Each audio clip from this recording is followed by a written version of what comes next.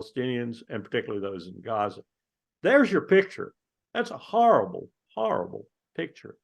And then you add to this that richest nation having such people as Tom Cotton, that wonderful, grandiose former military member, Harvard graduate, stentorian senator of the great state of Arkansas, who stands up and says, quote, "As far as I'm concerned, Israel can bounce the rubble in Gaza." Now, that's a very telling statement for a military man. What bouncing the rubble means is you've killed every baby, woman, children, man, dog, cat, and now all you have left is the rubble to bounce around. Then he goes on to say, nothing should be off the table. Then he says, we will protect our interests. And my immediate question to Senator Cotton is, where on earth, Senator, do you find interest, U.S. interest, in bombing civilians? Where do you find that? Where do you find that? But not to be outdone, let's look at some of the statements, and I don't want to be anything but accurate here. These are statements by some of his counterparts in Israel. The state of Israel, I'm quoting, has no choice but to turn Gaza into a place that is temporarily or permanently impossible to live in. This is a reservist Major General Jorah Island writing in Yehodith Aronith, an Israeli newspaper, goes on to say, creating a severe humanitarian crisis in Gaza is a necessary means to achieve this goal. And he added, Gaza will become a place where no human being can exist. Not to be outdone, Defense Minister Yoav Gallant said, we are fighting human animals. Let me repeat that. We are fighting human animals, and we're acting accordingly, unquote. Major General Hassan Alian said in Gaza, quote, there will be no electricity and no water. There will only be destruction. You wanted hell, you will get hell. That is not a way to start a campaign that the world will not wind up, not just your enemies, but perhaps your friends too, declaring a colossal war crime and a humanitarian disaster. That is not the way to start. Terry, is that smart to talk this way? What they're pursuing through these kind of talks? I think they're trying to justify the mistakes they made, and they, I mean, is the government. What we're looking at here is a government that failed catastrophically, an intelligence service that failed catastrophically, against, by their own statements, an enemy that wasn't even worth thinking hard about. They and I've got to say here too, an enemy with whom Netanyahu was tacitly allied, because Hamas was vehemently opposed to a two-state solution. So is Bibi Netanyahu. Mahmoud Abbas and the Palestinian Authority were for a two-state solution. So Bibi used Hamas to undermine Mahmoud Abbas anytime he could, and the Palestinian Authority. So in a real way, he was allied with Hamas in bringing about what he wants, which is an end to any idea of a two-state solution. So you've got a really colossal failure on the part of Netanyahu. I would put it in the league with, in fact, I would even say it's worse than the 1973 war, Golda Meir. And we know that Golda didn't survive that ultimately. I don't think Bibi will survive this either. I think the Israeli people will throw him out. Here's another Israeli general who picked up a weapon and headed for the front when he found out what was going on. He said, there's no government in Israel, just citizens who care. Well, I hope he's right about that latter, that there are citizens who care not only about the defense of Israel, which they have a right to be concerned about now, but also about the rights of the people whom they're going to attack. But that sums it up. There's no government. There's Bibi Netanyahu and the Nazis that he assembled around him, like Ben-Gvir, who has been, by the way, conducting pogroms almost every week in the occupied territories amongst the settlers, using them as allies to do it against the Palestinians. So, I mean, who's guilty here? There's guilt on both sides. This reminds me of February 2022, when Putin brutally invaded Ukraine. Yes, terrible thing. I don't like to see the use of violence across territorial boundaries either, or even within them. But I understand the motivation Putin had. I understand it because of the expansion of NATO and what we were threatening to do on his borders. I understand Hamas also, and understand particularly the Palestinians. I don't condone it. It was horrible. I don't condone it. I don't condone the hostage taking. I think we have 14 Americans in there now, and maybe 150 or so Israelis. So 199, I guess, all told. I don't condone any of that, but I understand it. I understand it. Anyone like Tom Cotton, who's a senator, by God, a senator of the United States, that august body of people who are supposed to know better. I don't condone people like that standing up and say, make the rubble bounce. I don't care if they can do anything they want to. This is preposterous. We need cool and sane heads now. And by the way, we need cool and sane heads in the United States of America too. How they gonna attack by these bombings? How they gonna attack Hamas? As we know, they're not living on the ground. They're living in the basements, some tunnels they have. I don't know how does it work there. Does it influence anything on the part of Hamas, in your opinion? Probably not in the long run, in the scheme of things, military scheme of things. That's the way I'll look at it. In fact, it probably makes it more deadly for the Israeli forces going in, because there is going to be a lot of detritus. There's going to be a lot of concrete and rebar and all kinds of things that we found, for example, in Al Anbar province and in Fallujah in particular, make it easier for the people who are ducking in and out of places rather than the people who are coming in formation with weapons and so forth. It's very difficult. Urban fighting is the most difficult fighting of all. And to make the rubble even worse, makes it even more difficult, gives your enemy many more places to hide, many more avenues down which to run and escape and shoot at you again and again and again. So it doesn't make a whole lot of sense, but neither did it make a lot of sense to roll in there in IDF fashion, Moshe Dayan, with the tank formations and everything, and get yourself killed, because you'd be exposed to all these different anti-tank weapons and so forth, IEDs. If we see IEDs in Iraq and Afghanistan, that's the new weapon of choice when you're up against armor and you're just a naked civilian, so to speak, or a guerrilla fighter. So it's going to be dangerous in any event. And a humanitarian disaster, if we take 2 million people in the north of Gaza, force them, and you can't really do that. I mean, there's not a way to do that in any reasonable timetable like they're talking about. Why are you bombing them? It's just absurd. As Gideon Levy said again, you're going to perpetrate one of the greatest war crimes in the world. And that's not going to help your cause whatsoever. So I'm hearing now, and I'm seeing now what I have visibility into, which isn't much, unfortunately, the Israelis being more cautious and being more circumspect about how they're going to do this. The bombing it's simply, Gideon Levy many, many years ago, when I first encountered him, used to say to his audiences, you think the Israelis are killing that baby on the ground in Palestine? You think the F-16 that rolled in on that city and dropped those 250-pound Mark 72 bombs on the civilians, you think they're the guilty party? I'm telling you, you're guilty too. You sold them the F-16s and you put the bombs on the pylons. He's right. He's right. We have laws. I was at state when we should have exercised those laws. I was at state when the Israelis hovered an Apache helicopter outside a hotel room, shot some Hellfire missiles in there, and killed men, women, and children. They got the 2 Hamas people they wanted, but they also got their sons and their daughters and such. We were supposed to do something about that, because we say they can't use our equipment for things like that. We didn't do shit. We didn't do anything. That's the state of the art here with the United States now. Israel can get away with just about anything.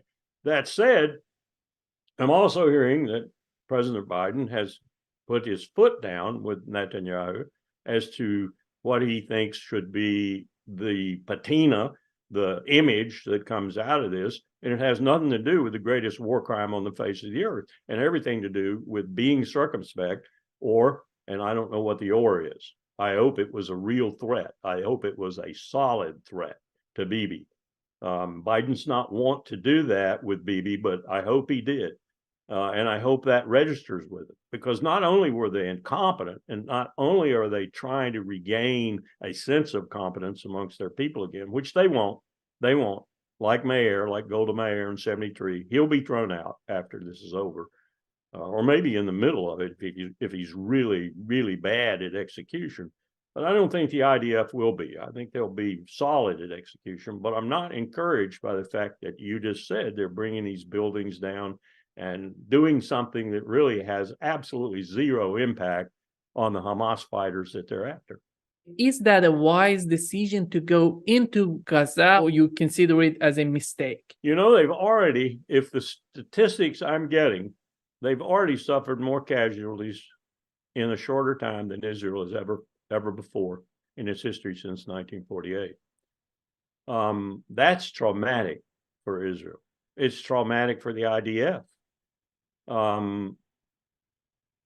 They are going to suffer enormous casualties more additionally, certainly in their soldiers, as they move forward through this Gaza hellhole. And you're right, they're going to have to ferret out Hamas. They're going to have to go into the tunnels or flood the tunnels, is what they've done in the past. They're going to have to be guerrilla fighters themselves almost, in order to match the guerrilla fighter on the other side in his venue, in his environment. That's going to be extremely difficult. There is no fighting in military annals more difficult, more complex, and more deadly than the kind of fighting, for example, Paulus's Sixth Army for the Wehrmacht did in Stalingrad, or that we did in Fallujah. City fighting, urban fighting is the most difficult form of fighting. And in this case, as you said, there's a lot of underground that the Hamas can retreat into and so forth. So, and you got to root each and every individual out of that complex. It's difficult fighting, extremely difficult fighting, and you're going to take a lot of casualties if you pursue it with vigor. I don't think they had any choice, they being Netanyahu and his generals. They've got to show, just as George W. Bush thought he had to show and did subsequently show after 9/11, that he was ready to use force and use it violently to avenge that tragedy. And for Israel, both in a sense of proportion and a sense of psychology, this is much worse, I think, than 9/11. This was an impregnable state, and now all of a sudden they've been shown not to be so, badly shown. Their intelligence entities have abysmally failed, just as ours did prior to 9/11. So you got to be kind of vicious, but I'll go back to Colin Powell's cautions to George W. Bush at the time. Be careful. Be very, very careful, because when you unleash the instrument of war, you have no real idea of what will evolve. You don't. Go back to Clausewitz in his book 8 in his On War, Vom Krieg.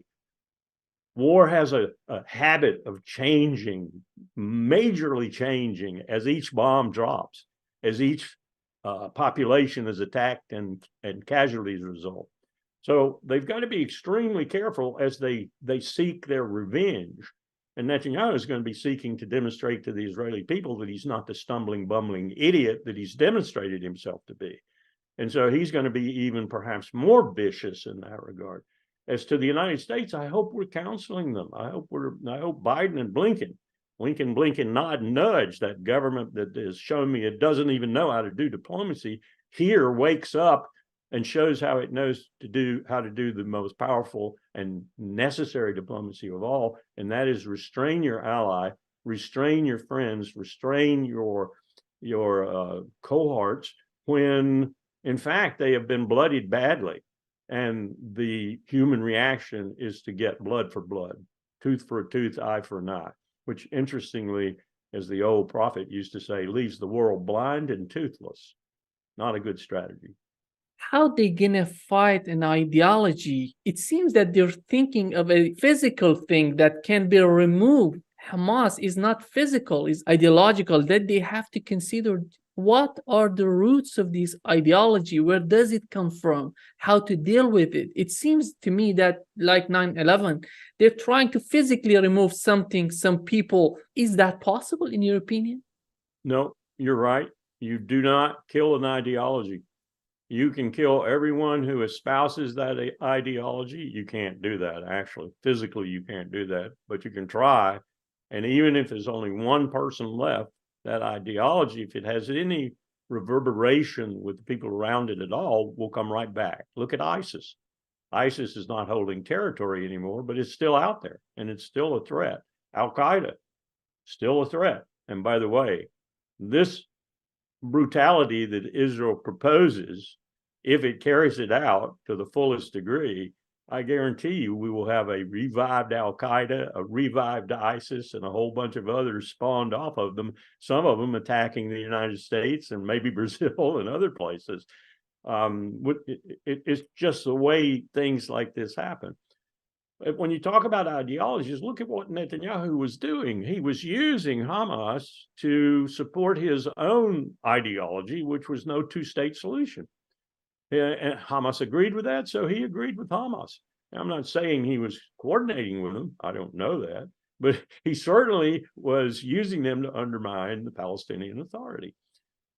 There's where you've actually given some merit and substance to the ideology that you probably don't realize you're doing.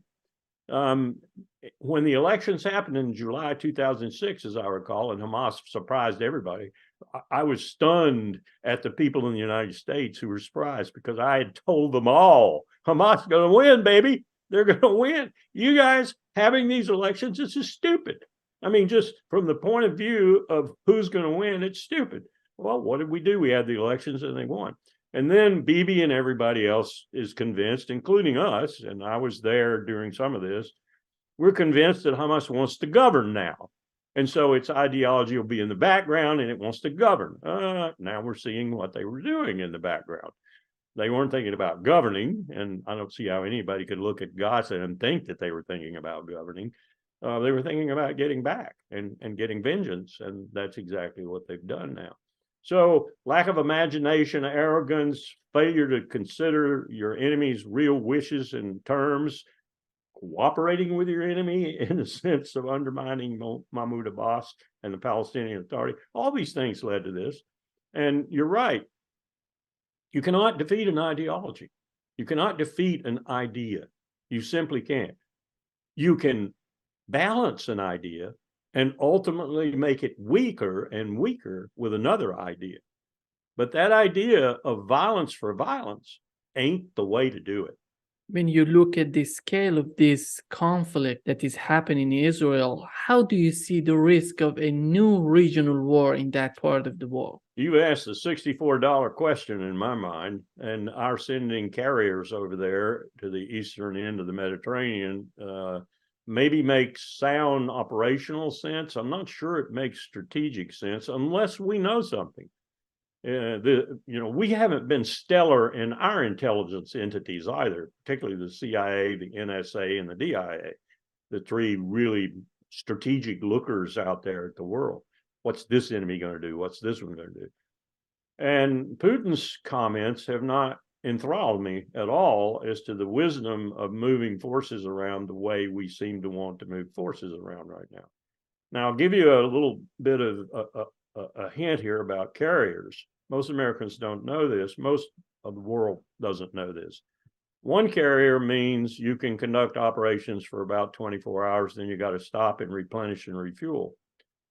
Two carriers means you can conduct it for about 48 to 96 hours. Three means you can do round the clock. As long as you can put your fuel ships in there and your ammo ships in there to resupply, you can do them around the clock. Means you think you're going to fight a real war. So watch the number of carriers. We've got one there, as I understand it, either there or almost there, and we've got one steaming to be there. That's two. Get three, we're really taking Putin seriously, we're taking Tehran seriously, and a number of others probably, because that means we're expecting something. That sends a signal because there are other military experts in the world like myself who understand that. And that sends a signal. So Biden, watch what you do, Mr. Commander-in-Chief. Don't be sending these signals. We could see Turkey involved. We could see Russia involved. We certainly could see Iran involved. And here's the one that should be frightening Israel right now. I'm sure it is in the corridors where they don't let it out. Hezbollah has missiles that are far greater in accuracy and devastation than Hamas. And Hezbollah showed back in July of 2006, as I recall, that they could hand the IDF a loss or two if they wanted to. And Nasrallah, the leader of Hezbollah, has fallen off his political perch in Lebanon after the big explosion. He doesn't have the power he once had. So it doesn't take Iran to get him into it. The fact he wants to regain something with the Lebanese people and attacking Israel might gain it for him, might mean he want to enter it. They're already doing some little things on the border right now, taking Israel's attention off of the south. They could do it even more so. Yemen has threatened. Iran has made some rumblings. You're looking at the prospect for a wider conflict again. We've got that prospect in Ukraine, in the heart of Europe. We got that prospect now in the Levant. We got that prospect in other places too, around Taiwan and the South China Sea. This is not a good world we're building here. This is not a good world.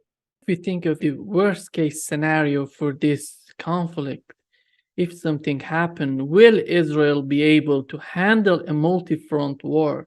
I think it'll be a real challenge. I do, because of a number of things. First and foremost, because the IDF, once the premier force in the region, has been on occupation duty for 20 plus years. So a lot of its actual active forces, their skills have atrophied. You can't be on occupation duty for that many years and still maintain the kind of razor sharpness you did, for example, in the 67 war or the 73 war. You can't. You simply can't. So it's going to be a lot of the reserves who are in this. I think they've got about 360,000 or so called up right now and going to be in this battle, in this war. So there'll probably be more of those. But that's a problem, that you haven't fought a really full-scale kind of war that you're used to fighting in a long time, and your skills have atrophied some. Second, I don't think Israel would be that good at fighting a multi-front war. And when I say multi-front, I mean you've got the possibility of Hezbollah, you've got the possibility of forces supported by Iran coming through Syria and out of Syria. You've got the possibility, I think it's remote, but I don't know, of the Houthis sending people up. And you've also got the prospect that the Arab nations, if you are really, really brutal in prosecuting the response in Gaza, and this is Clausewitz again, war changes. Every day it changes, and your enemies change, and the people who want to participate change.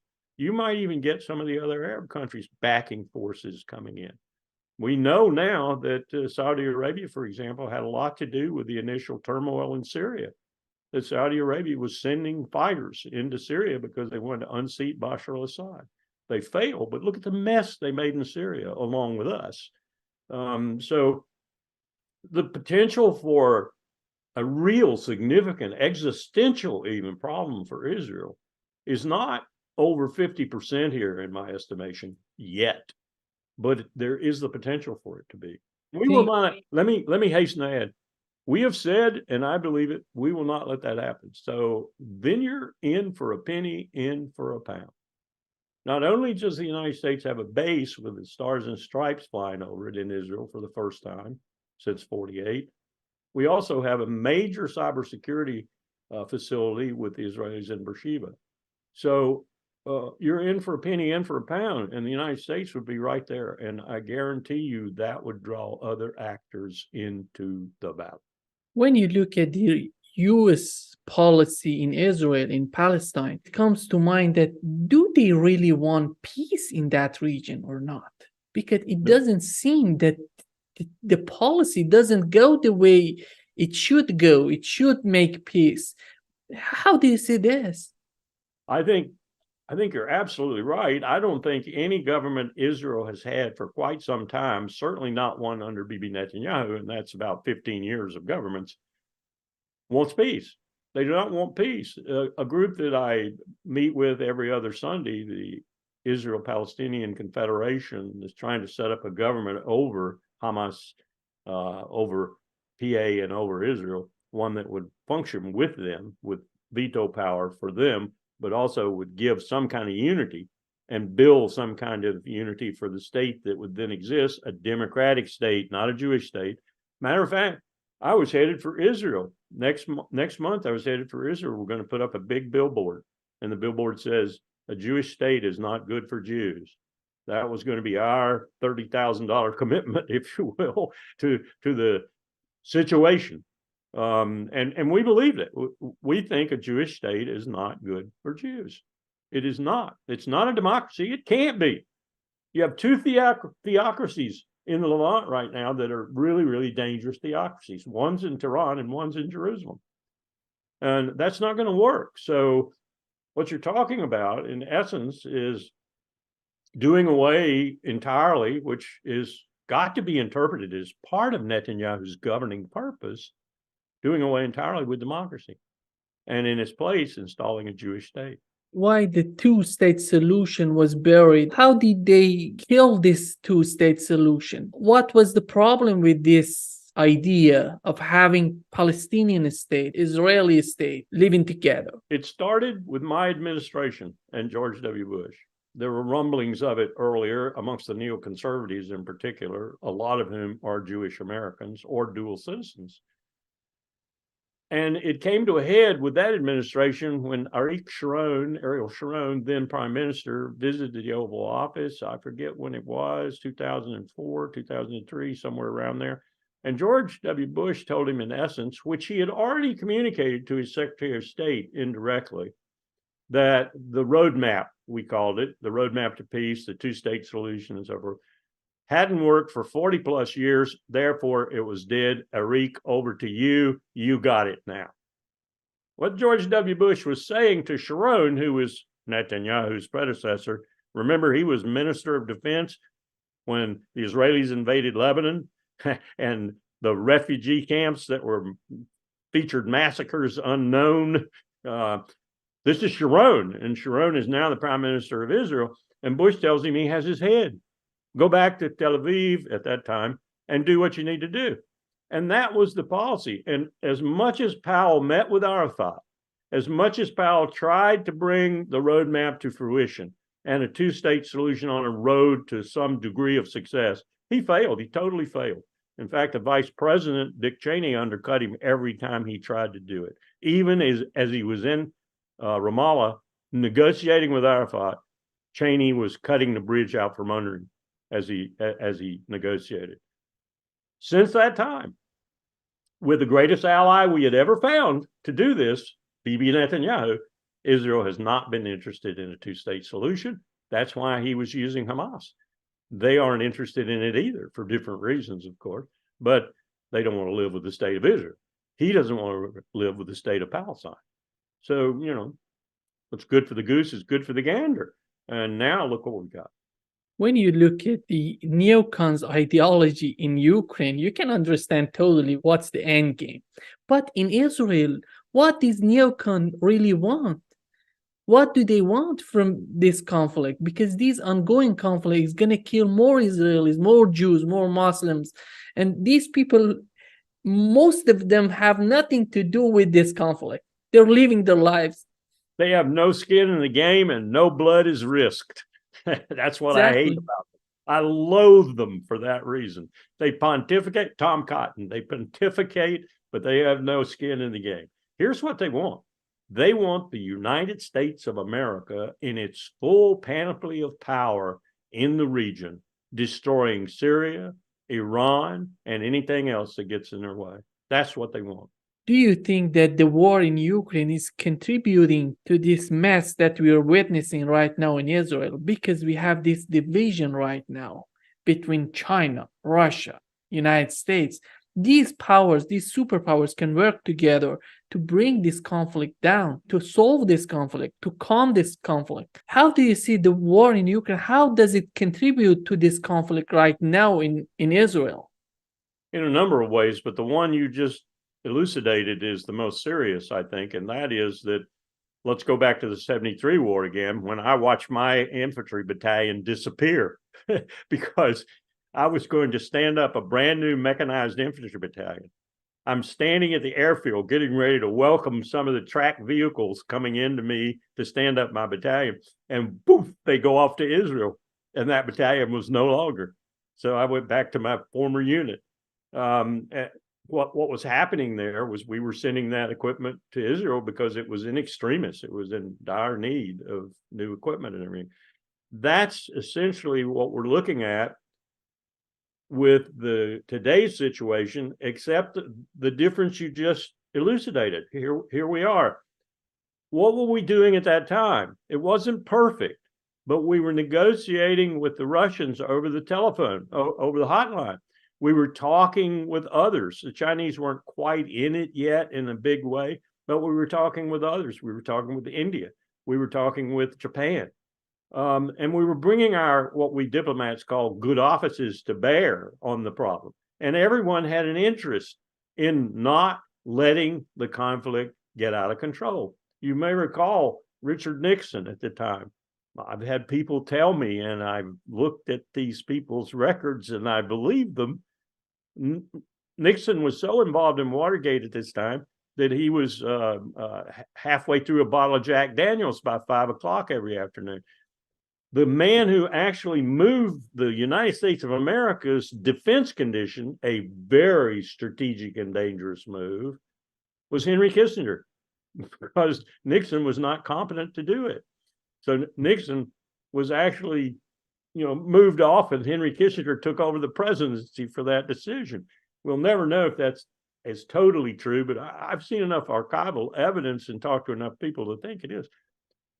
The Russians cooperated, though, ultimately, and no one wanted a nuclear war.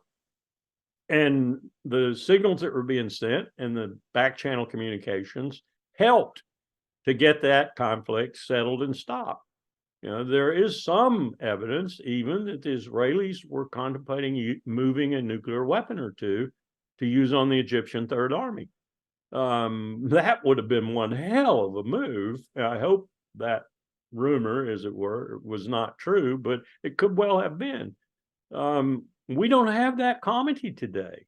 We don't. We have Putin talking about the stupidity of the United States and doing what it's doing to support Israel. The stupidity. Putin was a friend of Netanyahu's. Netanyahu went out of his way to court Putin. He went out of his way to court Erdogan. That's all gone now, evaporated, and one wonders where the results will appear and how they will appear. But we've got a different world right now. And part of the problem and much of the reason for that different world is the United States of America. Admiral John Kirby just recently said we are at the end of the rope in Ukraine. Literally means that no long-term support for Ukraine. How this conflict in Israel is affecting the war in Ukraine? I hope two ways. I hope Kirby's statement was not just off the cuff. Admiral Kirby's not that sort of person, so I don't think it was. It was probably rehearsed.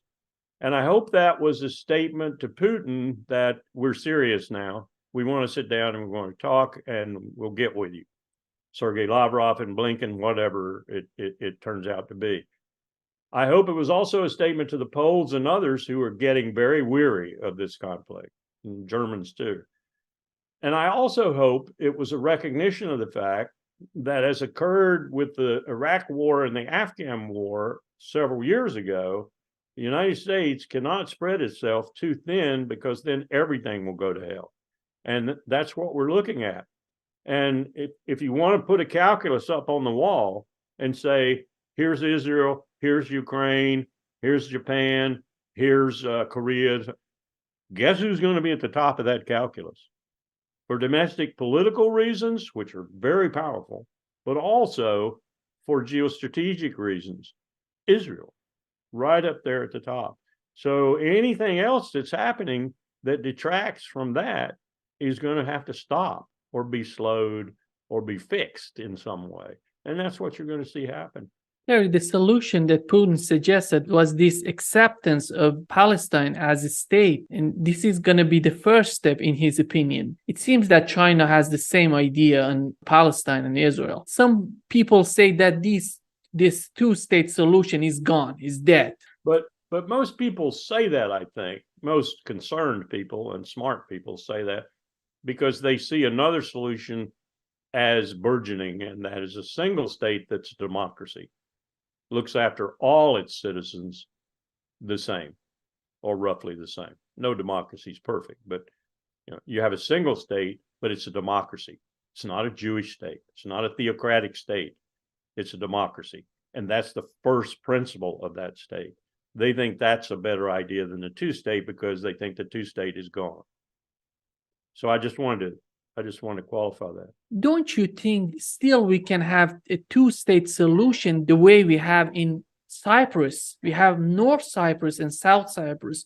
We have two different, ethnically different, the religion is different, Muslim and Christian, and we have the presence of UN in between. Can we have something like Cyprus in Israel? I think the ideal solution is what I just suggested, the single state that's a true democracy. But your point, whether it's an interim step to that ultimate step or whether it's a permanent step, as like you said, Cyprus, I don't know. You might be right on that you could never get to the final step of a real democracy encompassing 7.5 million Jews and 7.5 million Palestinians between the river and the sea.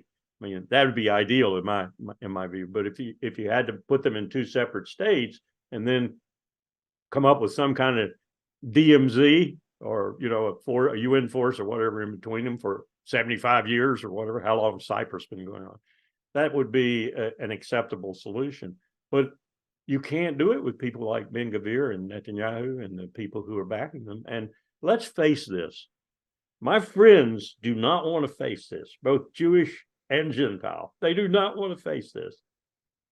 The bulk of the Israeli people voted for Bibi Netanyahu and have voted for him time and time and time again. So if Bibi screwed up, and he did big time, so did the Israeli people. You can't escape that. So there's got to be a volte-face. There's got to be a face change, a real change in the way the Israeli people, or at least a majority of them, look at the situation to even go after a two-state solution, let alone the democracy that is one state. You have two answers to this attack of Hamas. One is the quick answer of the state. The other one is the long-term response.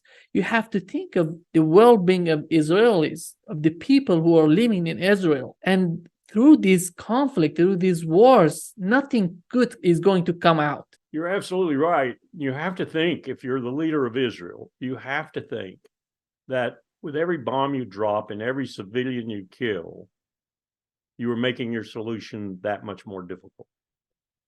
With all the destruction and devastation that these generals I've quoted and the Minister of Defense, with all that they suggest and Tom Cotton suggests, you are making your problem intractable. You're making it unsolvable. You're making it a disaster. What do you do with that? You stop somewhere in there and you revisit all of your priorities. And this has to be the bulk of the Israeli people. And you get new leaders. As I said, Golda Meir did not outlast her failures in 1973. I think Bibi will go faster than she did. She lingered for a while. They will get rid of Bibi, I think. I don't think all of his adroitness and his hard rightness and his coalition making and everything else will save him this time.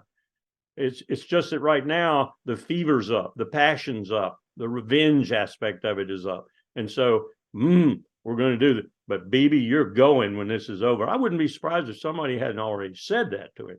But, we'll see. I just don't think he can survive this. Then he goes to jail, and his wife too, probably. But where do we go from there? We need a new leadership that sees things more or less like you and I have just discussed, whether it's two states or a single state, and sets in motion powers and forces that are aimed at that.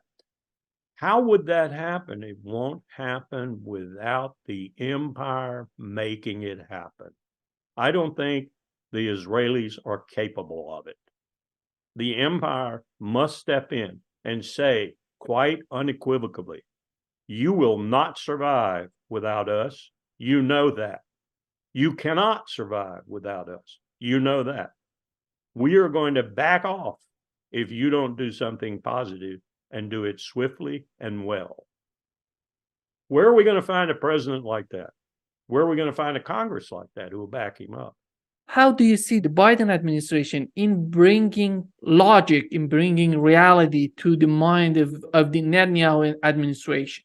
I think you first have to do it for yourself, answering your question truthfully, because we've been on political desperation.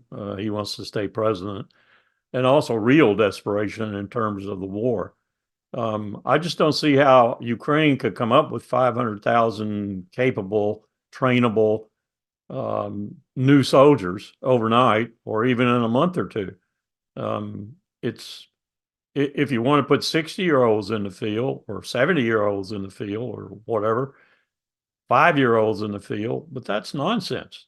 I think they're measures of desperation. I think he's running out of options. Points that Putin made in his recent press conference. I found it so amazing and constructive. He said Russia is willing to rebuild its relations with the United States. That's a huge statement after 19 months of war in Ukraine. You know, I was just cleaning out some boxes of papers I brought out of the State Department and out of the chairmanship of General Powell when he was chairman.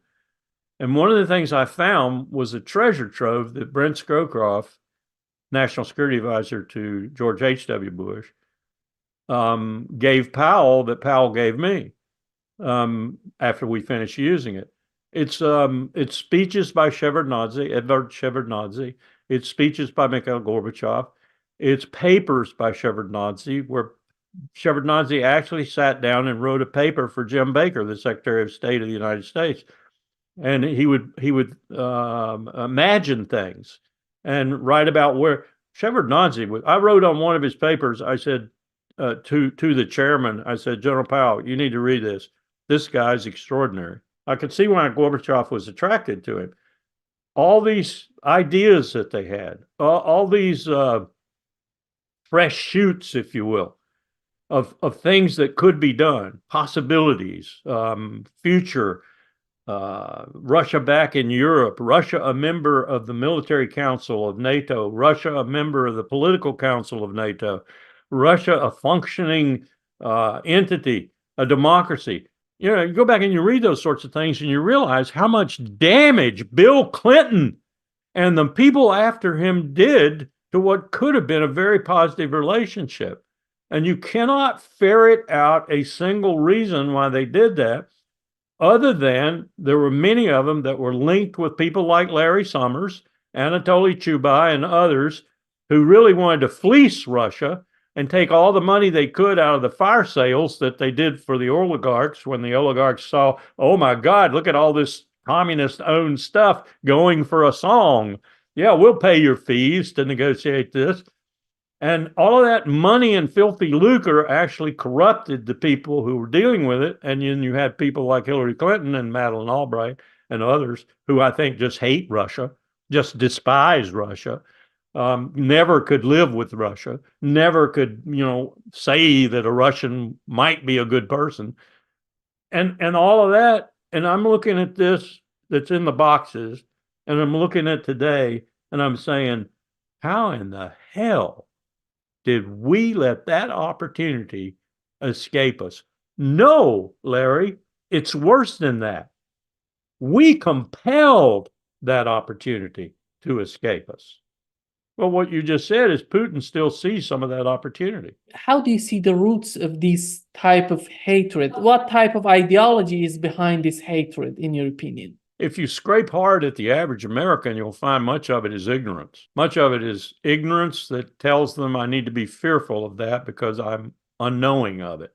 And my best approach to it is to be fearful of it.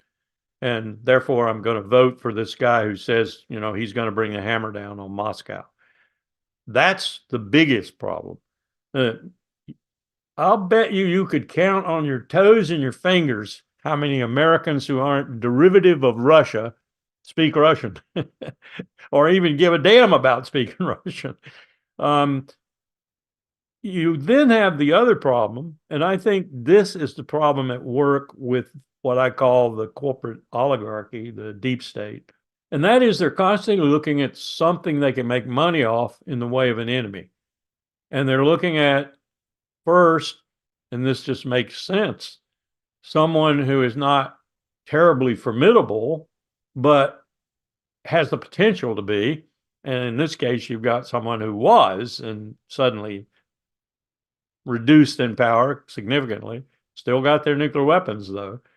And they're looking at someone who could regenerate the kind of money-making deal they had for half a century with the Cold War.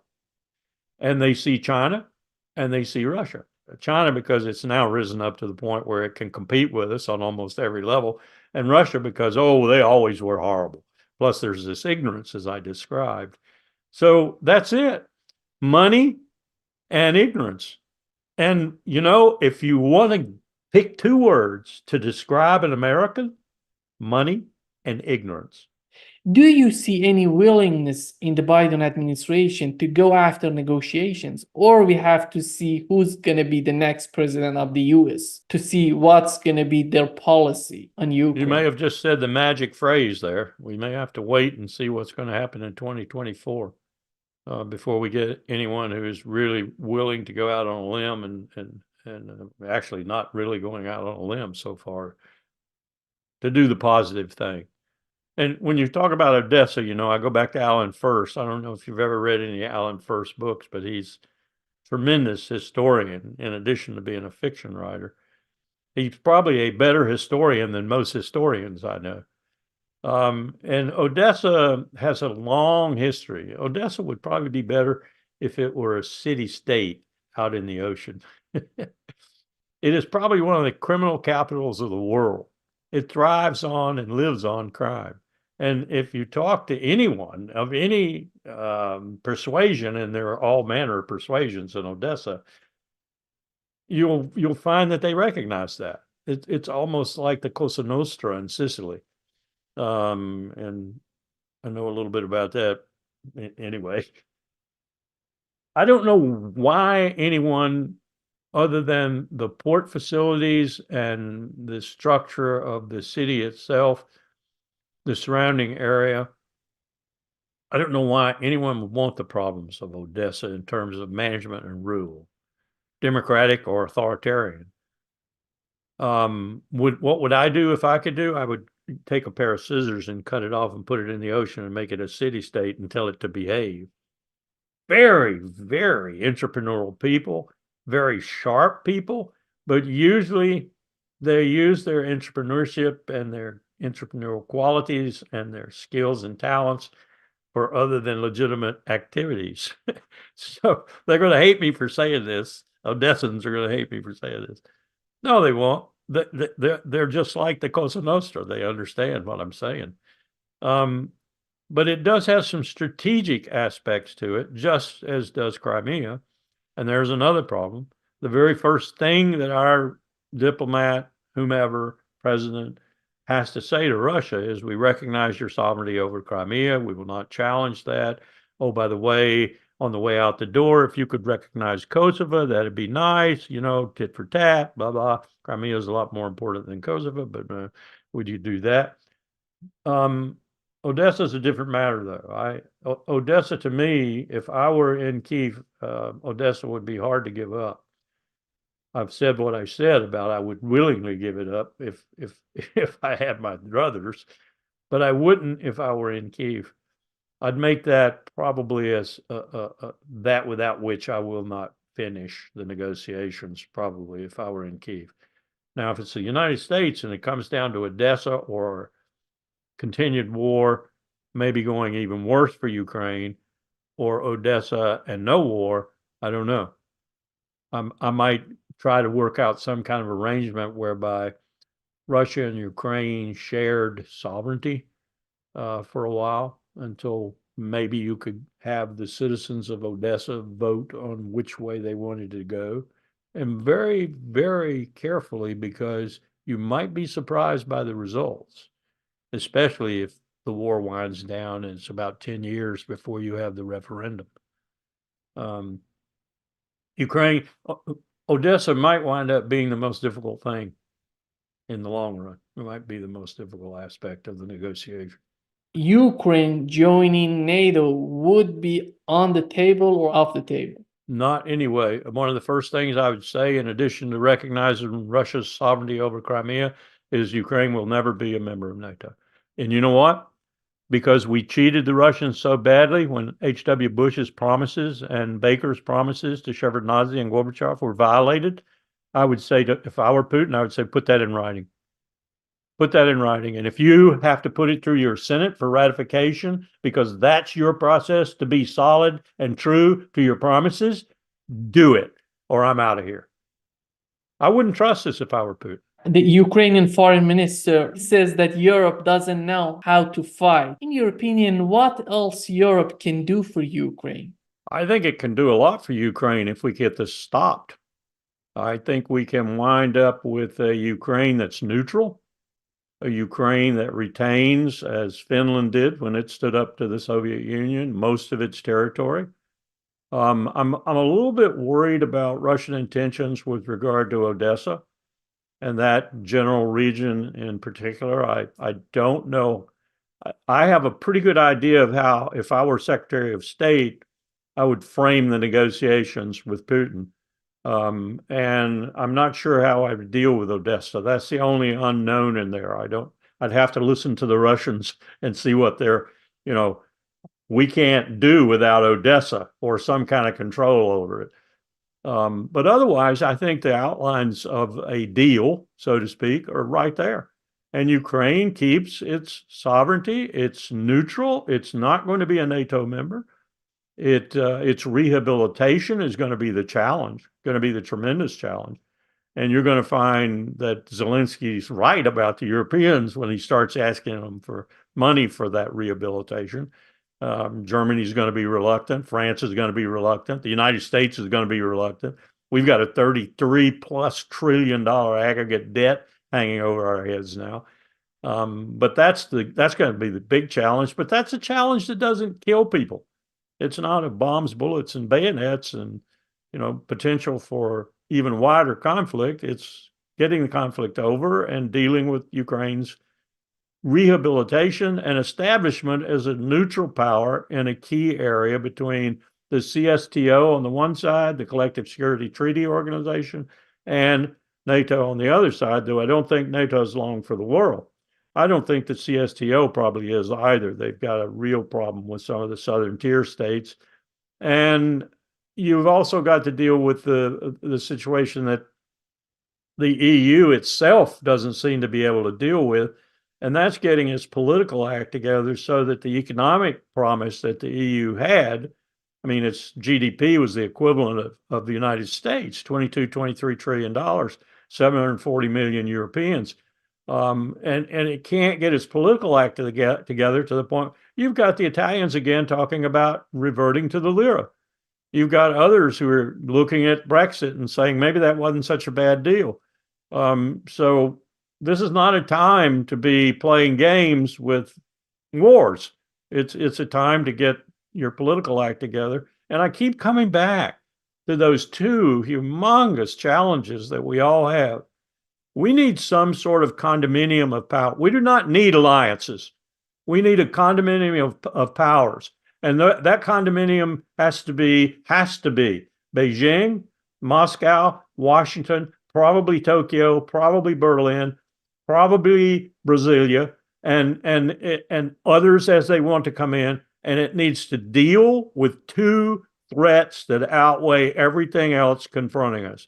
And that is the climate crisis, which even here in my state of Virginia is becoming very noticeable, especially in terms of the heat and the drought. And we need to deal with nuclear weapons. This condominium needs to deal with proliferation and stop it cold in its tracks. And it needs to deal with the 9 nuclear weapon states that already exist and get them into a treaty regime which begins to reduce these stockpiles, not increase them, which is what we're looking at. When you look at the Antony Blinken's policy in Ukraine, why he's so insisting in sending more weapons, more funds to Ukraine? I want to say that they're just incompetent, but I can't say that because I know there are other ulterior motives that all of them have. There are political motives, there are money motives. Blinken let the cat out of the bag the other day when he said, why should we worry about what's happening the way people say we should? Because look, we don't have any blood committed at all, and we're making a lot of money. I think that is a major admission on the part of this team. That's what they like. They're making a lot of money, and they don't have any American blood committed to it. For that matter, they don't have any NATO blood committed to it. They just have Ukrainian blood. That's a horrible formulation, but you're seeing the same sort of thing from Blinken and Sullivan with regard to Gaza.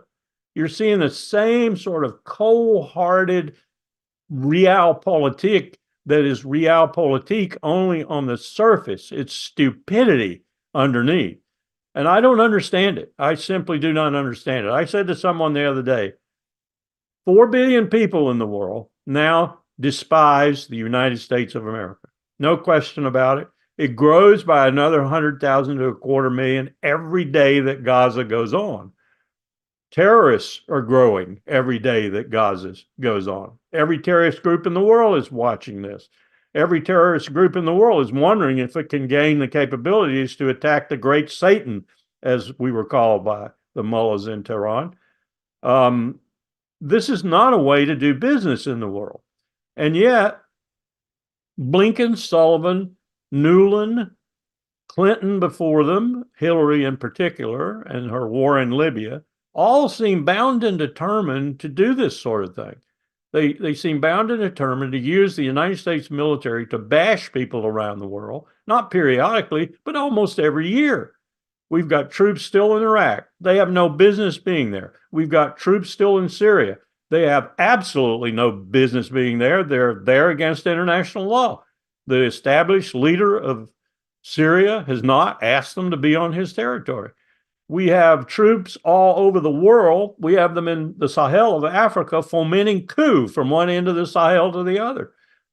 Why are we doing this? I do not understand. It's either utter incompetence on the behalf of the Biden administration, which a lot of my friends and colleagues from the old days, so to speak, are telling me it is, or there's some really pernicious motivations underneath this administration that are more than political. And I'm not so sure that that's not got some reality to it, too. It's just not making any sense to me. I mean, when John Mearsheimer talks about realpolitik and what it's like for a rising power and a status quo power, that's one thing. That's political science. This isn't political science. This is criminal, in my view. This is criminal. Our support for Gaza and for Israel right now is criminal.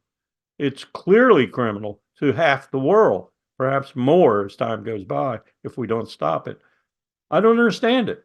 I don't understand why we are sacrificing years and years. We're sacrificing everything that I did in my 31 years in the military. We're sacrificing what everyone has done since World War II and before that to build a state that has its problems. It commits crimes from time to time, but basically I thought was a pretty good state. I am having a hard time believing that any longer.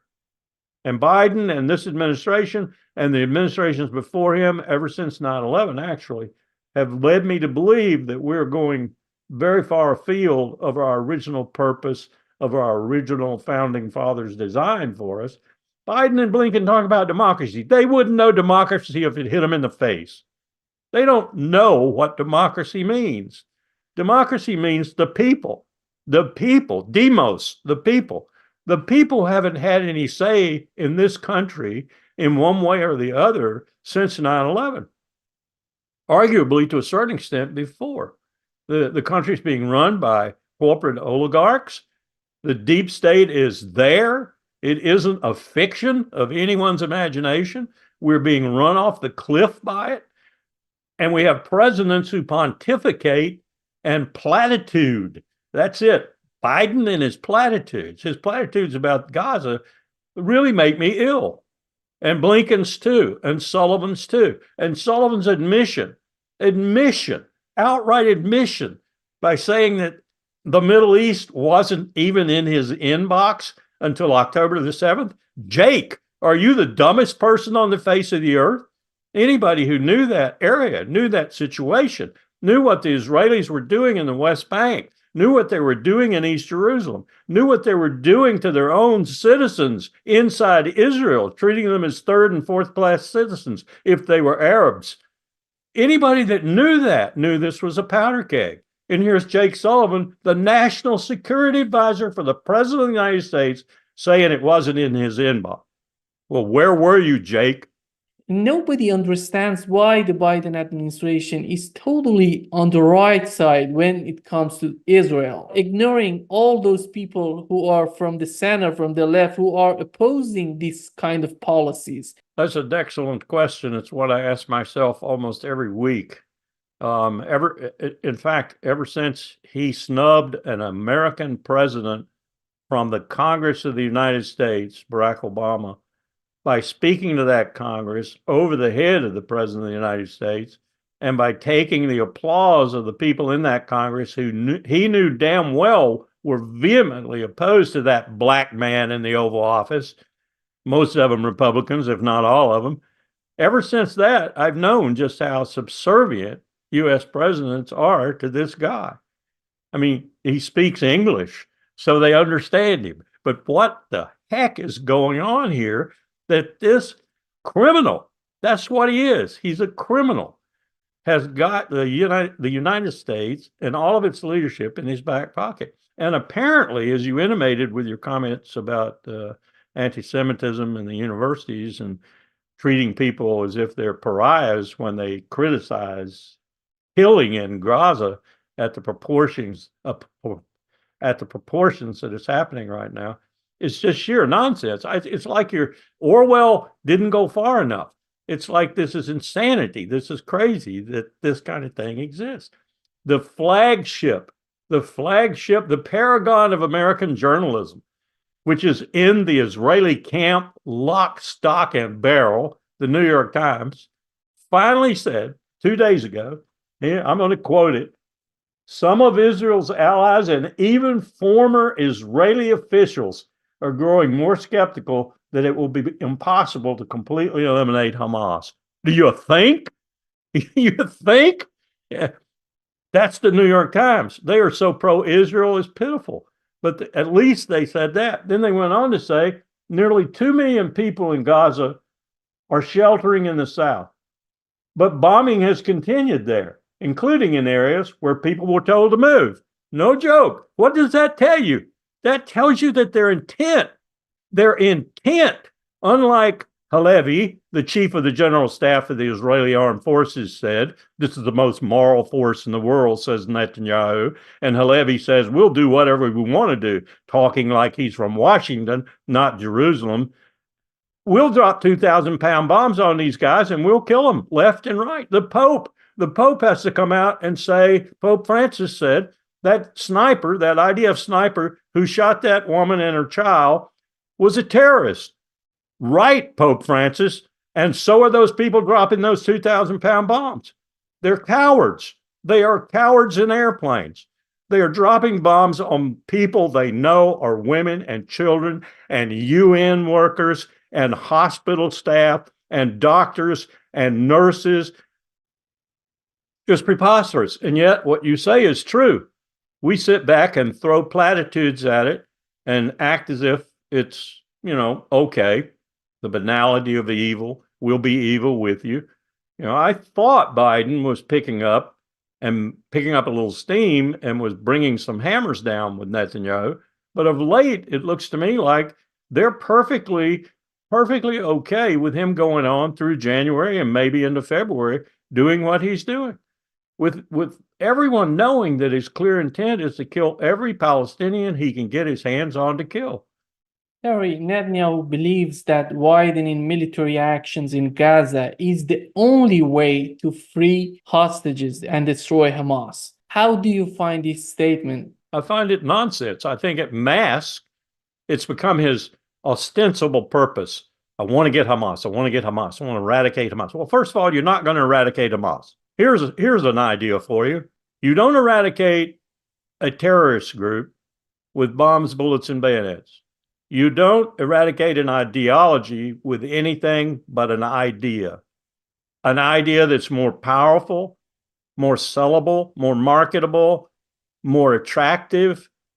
I want to say more humanitarian even. You don't defeat it with anything but another idea, a better idea. Guess what Bibi Netanyahu has done with the idea that would defeat them? Democracy. He's destroyed it. He's destroyed Israel as a democracy.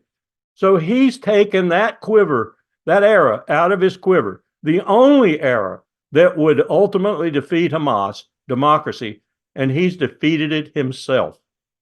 And now he's saying he's going to defeat Hamas. Well, you're not. You're not. I tell you, you're not, because you threw your idea away. You've thrown it away.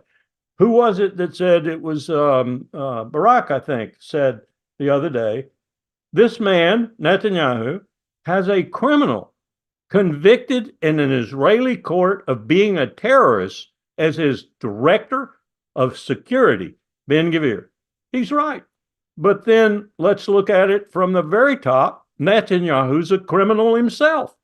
Do you see anybody in Israel standing against Netanyahu or his administration? Do we know any political movement in Israel capable of doing that? I'm increasingly seeing things coming from the press in Israel.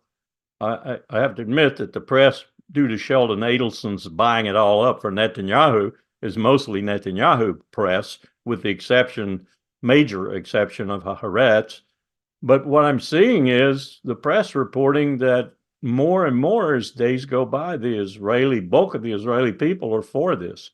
They want Netanyahu to eradicate the Palestinians. Him saying, when he said the other day that the idea that the Palestinians didn't have any place to live, that they could live in Israel, that Palestinians, Arabs were already living in Israel as citizens. Every other Sunday, I'm on a simulation, and there are Knesset members on there, there are Palestinians on there, there are Israelis on there, there are professors, there are scholars, all manner of people. People who know the history of Israel, people who know the history of Palestine, people who know the Balfour Agreement, people who know all these details. And you go on these things and you say, okay, is it pretty clear to me that they're third and fourth class citizens, that the Jews in Israel hate the Palestinians who are citizens in Israel? They just threw one of them out of the Knesset. They just threw her out because she criticized the war. Can you imagine, even in the depraved state of my country, America, the U.S. Congress throwing someone out because they criticized the U.S. in a war? That wouldn't happen. I'm sorry, but they threw her out. So Israel is a preposterous situation right now with Netanyahu at the helm. But I must add, coming back to your question, it seems that the bulk of Israeli citizens, Jewish Israeli citizens, are for him. When it comes to understanding to the impressions that the US has from the Arab states, do they have any clear understanding of what's going on in these Arab states? Probably not. There are a few people at the State Department. There are a few people in the other bureaucratic reaches of our government. There are quite a few people in our universities, scholars and others, who understand the Arab world fairly well. You can't really understand, in my view, and I've had a lot of time, almost 80 years, to develop this view, another people, another country, another state, another region, unless you speak their language. And not just, to say, hey, goodbye, hello, give me something to eat. I mean, really understand their language and their history and the history of that language, whether it's Farsi or Arabic or Hindu or whatever, Urdu, whatever it may be. And we have very few people like that in our country. In America, there are scholars and professors and others, a very narrow margin of people who are this versed. I found it at INR, at State, the intelligence entity at the State Department, and far more so than at the CIA or any other aspect of our intelligence apparatus. Scholars, people who really know the regions, really know what's going on. That's why INR was one of the few intelligence apparatuses in the United States that got Iraq right in WMD. We don't have those kind of people.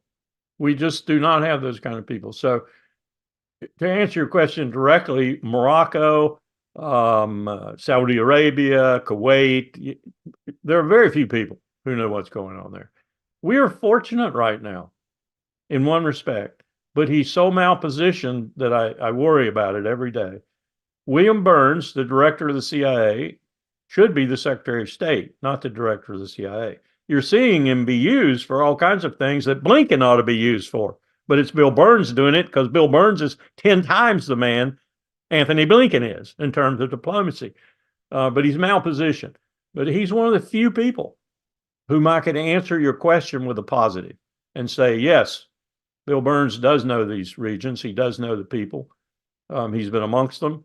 He understands them. He's the kind of diplomat like Sergio Vieira de Mello, who was probably the best diplomat I ever met in my life. Walk in a Khmer Rouge camp all by himself and start negotiations. He's that sort of a person. But we don't have many of those, unfortunately. And America has about one a century. How about Soviet Union? In those days, there was studies on Soviet Union. It doesn't exist right now about Russia. You talk about Bill Burns, the director of CIA. It seems to me that he has nothing to do with the U.S. foreign policy right now. Unfortunately, it's a part of the fabric of our bureaucracy that the CIA director does not get involved in that sort of thing. It's almost a rule. They're using him for things because they're desperate, because they realize how void they are of any kind of skill or talent in that respect. And so they're using him from everything from hostage negotiations to, well, I can't talk about some of the things, but he's been involved in a lot of things that a Secretary of State would be involved in normally.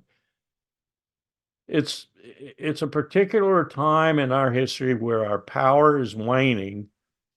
And in the past, we have been able to use brute power in order to get through situations that other states would get through with exquisite diplomacy, with really smart people operating on the periphery and in the center, at the top and in the middle.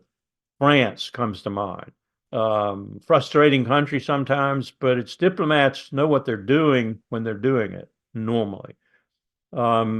We just aren't that way. We bullied our way through the 20th century. We became the new Rome in 1945, and we continued to bully our way. We had a big power over there with nuclear weapons, the Soviet Union, as you indicated, that was able to check our more, shall we say, native or wild interest. We don't have that anymore. We have an array of powers out there, and they're about to check us, if not already having done so, by forming alliances and taking care of us. And anybody that can't see that that's happening is really smoking some low-grade stuff, because it is happening. And we're doing it to ourselves, just as Netanyahu has destroyed democracy in Israel. Israel is not a democracy. And Bibi Netanyahu put the coup de grace to that democracy. He destroyed it. And he's doing it even in its grave right now. Israel will not be a state in the next 2 decades. I guarantee you that. And Bibi Netanyahu will be the person who put the stake in the heart of the werewolf. I don't know where we're going in the bigger sense of things, because, as I said, we've got to get together and cooperate and collaborate in order to save the human race from nuclear weapons and from the climate crisis. And people who still tell me, who say things to me like, when the water's up around my chest, Larry, I'll be with you. Or they'll say things like, well, you know, probably if nuclear weapons proliferated across about 30 countries, we'd have a safer world. I admit there's an academic argument there, but it's an academic argument that scares the bejesus out of me, because I know what human beings are like. I've spent my life amongst human beings the last 12 years at the highest levels of power in the superpower of the world. And I know what happens when idiots get in charge of some of these things, and we have a plethora of idiots. So I'm scared. I'm frightened for the human race. And not me. I'm going to die. I'm not going to be here to see this. But my kids are, and my grandkids are. And I know that the climate crisis is coming down the railroad track at us like a freight train with full speed up. The Arctic is going in a much faster, almost 4 to 5 times as fast as the rest of the globe with regard to the feedback loops of the impact that the climate change has. I wouldn't be surprised within the next 10 years, maybe I will still be alive to see this, that we will have a sea level rise that is going to be so consequential that many coastal areas will have to be evacuated, that we'll wind up having to relocate. Adaptation won't be sufficient. You won't be able to build walls. You won't be able to do this, do that. If it takes that, okay, fine. It takes that, then we'll get to work. But I'm worried that even with that, we won't get to work because you can't do it alone. Washington can't do it by itself. Beijing can't do it by itself. Moscow can't. Berlin can't. You all have to work together. This is a moment, as one person said to me the other day, it is true that we have the technology, the skill to save ourselves. But I'm really worried about the wisdom. I'm really worried that we don't have the wisdom to use that technology and to use what we know about what's happening to us in the planet and the climate to save ourselves. The planet isn't worried. The planet will burn out in the sun in 4.5 billion years or whatever it is. And we won't be here. We simply won't be here. Or a very, very modest number of us will be here starting all over again. That's not a prospect that I relish.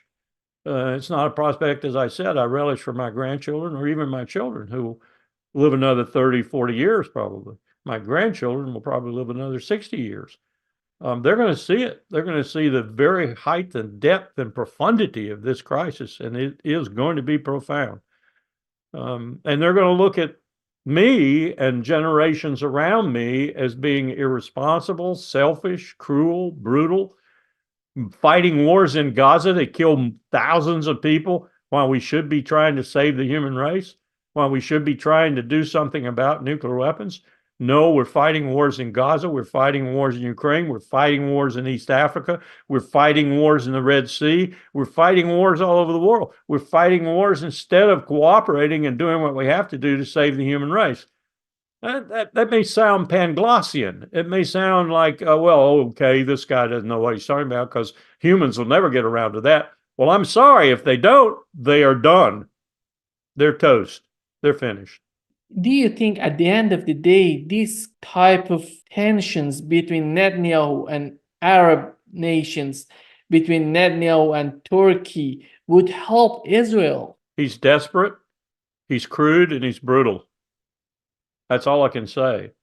And the comparison, while it might seem to resonate, is not quite the same.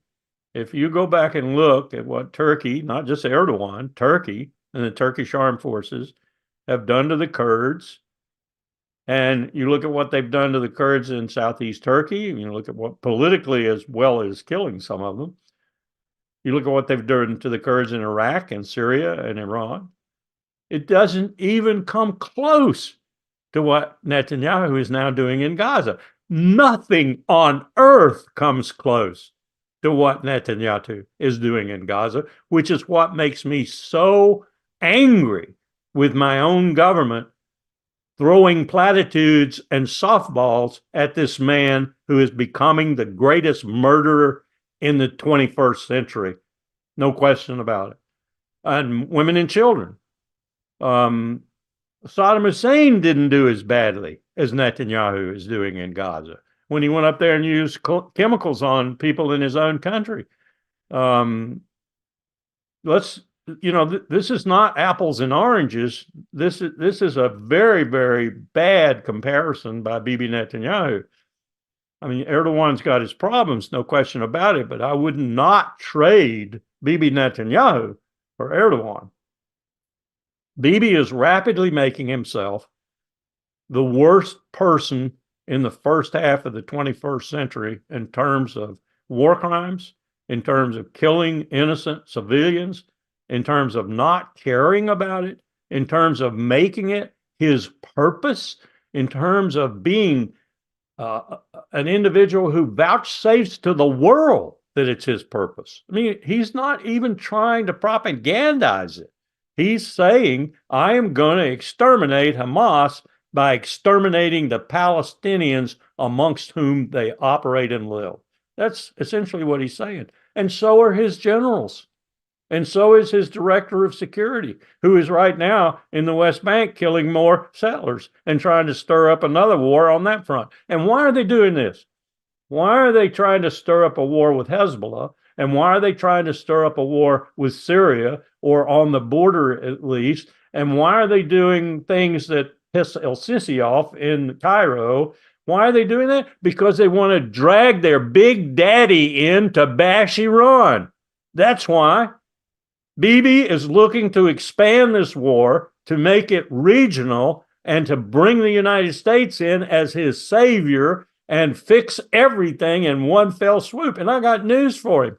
He's going to find out the United States will get so mired down and so stuck in a place like Iran that he'll have damaged the entire region for a century. And remember what I said about the climate crisis and about nuclear weapons? We'll probably use them. I don't have any fear of Putin using a nuclear weapon first.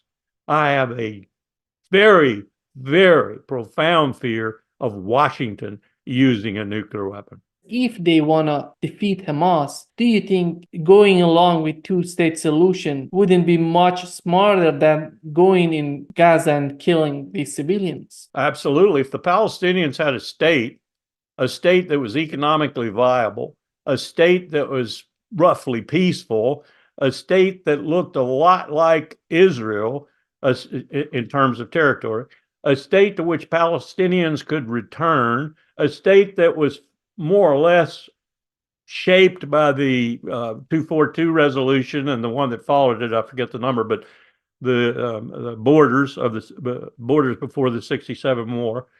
If the Palestinians had that, what the hell would they need Hamas for? And Hamas would have have the carpet pulled out from under it.